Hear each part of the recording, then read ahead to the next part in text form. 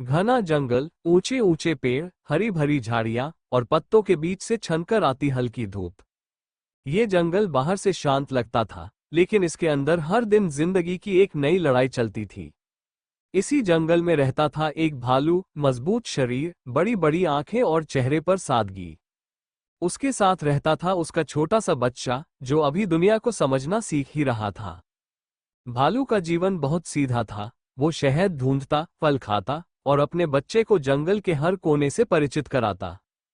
वो चाहता था कि उसका बच्चा डर के बिना इस जंगल में जीना सीखे। लेकिन जंगल में हर कोई ऐसा नहीं था। उसी जंगल में एक टाइगर भी रहता था, तेज, ताकतवर और बेहद घमंडी। उसे लगता था कि पूरा जंगल सिर्फ उसी का है। जहां टाइगर जाता, छोटे जानवर छुप जाते, हिरण भाग जाते और बंदर पेड़ों पर चढ़ जाते। टाइगर को अपनी ताकत पर बहुत घमंड था। उसे लगता था कि कोई भी उसका सामना नहीं कर सकता। एक दिन भालू अपने बच्चे के साथ नदी के पास पल खा रहा था। बच्चा खेलते खेलते थोड़ा दूर चला गया। उसी वक्त झाड़ियों में हलचल हुई, पत्तों की आवाज और फिर एक गहरी दहाड़। टाइगर, उसकी नजर सीधे उस छोटे भालू के बच्चे पर पड़ी। शिकारी की आंखें चमक उठी। भालू ने जैसे ही ये देखा, वो बिना सोचे समझे अपने बच्चे के सामने खड़ा हो गया। टाइगर ने हमला कर दिया। धरती कांप उठी। भालू ने पूरी ताकत से उसका सामना किया। उसने टाइगर को धक्का दिया, अपने पंजों से वार किया। कुछ पल के लिए ऐसा लगा कि भालू जीत जाएगा, लेकिन टाइगर की फुर्ती और चालाकी ज्यादा थी। धीरे धीरे भालू थकने लगा।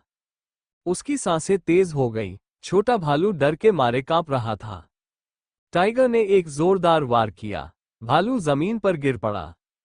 टाइगर ने अपनी दहाड़ से पूरे जंगल को हिला दिया। वो आखिरी वार करने ही वाला था। भालू ने अपनी आंखों में अपने बच्चे का डर देखा। उस पल उसे समझ आया कि अकेली ताकत काफी नहीं होता। अचानक चारों तरफ से आवाजें आने लगी। हाथी दौड़ते हुए आए। हिरण और नीलगाय सामने खड़े हो गए। बंदर पेड़ों से चिल्लाने लगे। यहां तक कि छोटे जानवर भी इकट्ठा हो गए। पूरा जंगल एक साथ खड़ा था। टाइगर पहली बार घबरा गया। हाथियों ने जोर से चिंघाड़ा, बंदरों ने टहनियां फेंकी, हिरणों ने चारों तरफ से घेर लिया। टाइगर समझ गया कि अब वो अकेला है। उसका घमंड टूट चुका था। वो धीरे धीरे पीछे हटा और जंगल छोड़कर भाग गया। भालू अपने बच्चे के पास गया, उसे गले लगाया। जंगल फिर से शांत हो गया, लेकिन अब ये शांति डर की नहीं थी, ये शांति एकता की थी। इस जंगल ने सबको एक बात सिखा दी थी, ताकत सिर्फ शरीर में नहीं होती, ताकत एकता में होती है। और जो अपनी ताकत पर घमंड करता है, वो एक दिन अकेला पड़ जाता है।